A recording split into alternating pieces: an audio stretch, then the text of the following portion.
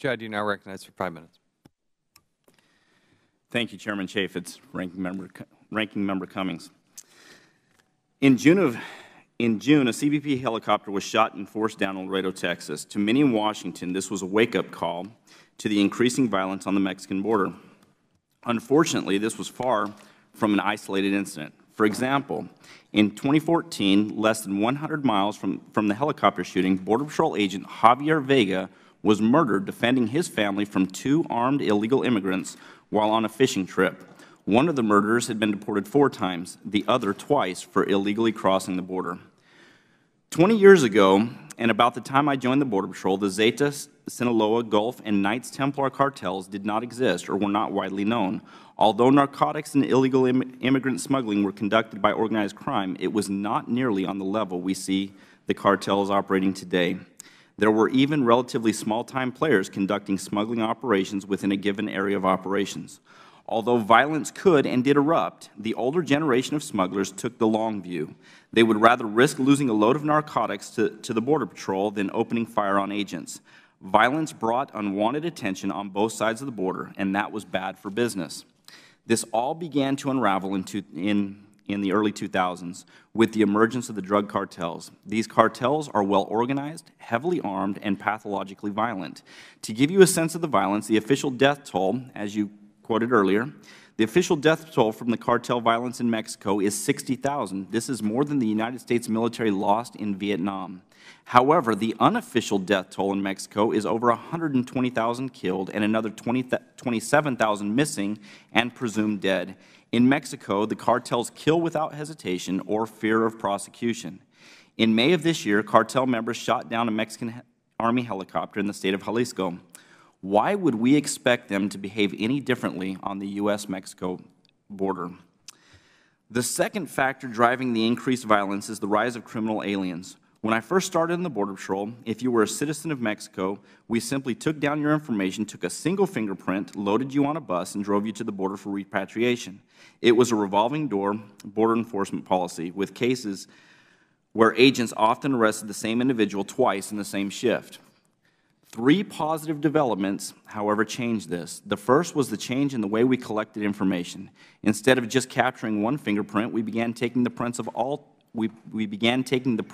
10 fingers and running the prints of those arrested against all criminal databases kept in the United States Department of Justice. We were then able to identify with certainty criminal aliens attempting to re-enter the United States or to identify those who were arrested during interior patrol activities. The second positive step was the implementation of the various consequence delivery systems used in certain places along the border, and the third was Immigration and Customs Enforcement's criminal deportation program. I want to be very clear on this, especially given the recent incendiary comments about who is crossing the border and the assertions that the border is far safer than it has ever been. In 2014, ICE deported 177,000 convicted criminals. Of this number, 91,000 were arrested by the Border Patrol trying to illegally re-enter this country. To put this figure in perspective, in 2014, the Border Patrol apprehended and arrested just under 500,000 illegal immigrants, meaning that 1 in every 5 arrests last year by the Border Patrol was a criminal alien. Almost 50% of the criminal aliens deported in 2014 were convicted of aggravated felonies. These charges include murder, rape, sexual assault of a child, and drug and weapons trafficking. These are not petty criminals, and approximately 60% of those deported last year had already been deported at least once before. This is the challenge we are facing at the border today. There are those who will point to lower apprehension rates and tell you the border is secure. Border Patrol agents, however, throughout this nation will tell you the border is not secure and the southwest border certainly is not safe. We know what the problems are. What can we do to improve? First thing, increased manpower. Currently, there are 21,370 Border Patrol agents in this country, and that's actually what Congress mandates that we have. We're actually about 2,000 less under that. So we don't even have the floor that Congress has mandated that we maintain. We do not have to double the size of the Border Patrol to gain operational control of the border, but we are, in my opinion, approximately 5,000 agents short of where we should be.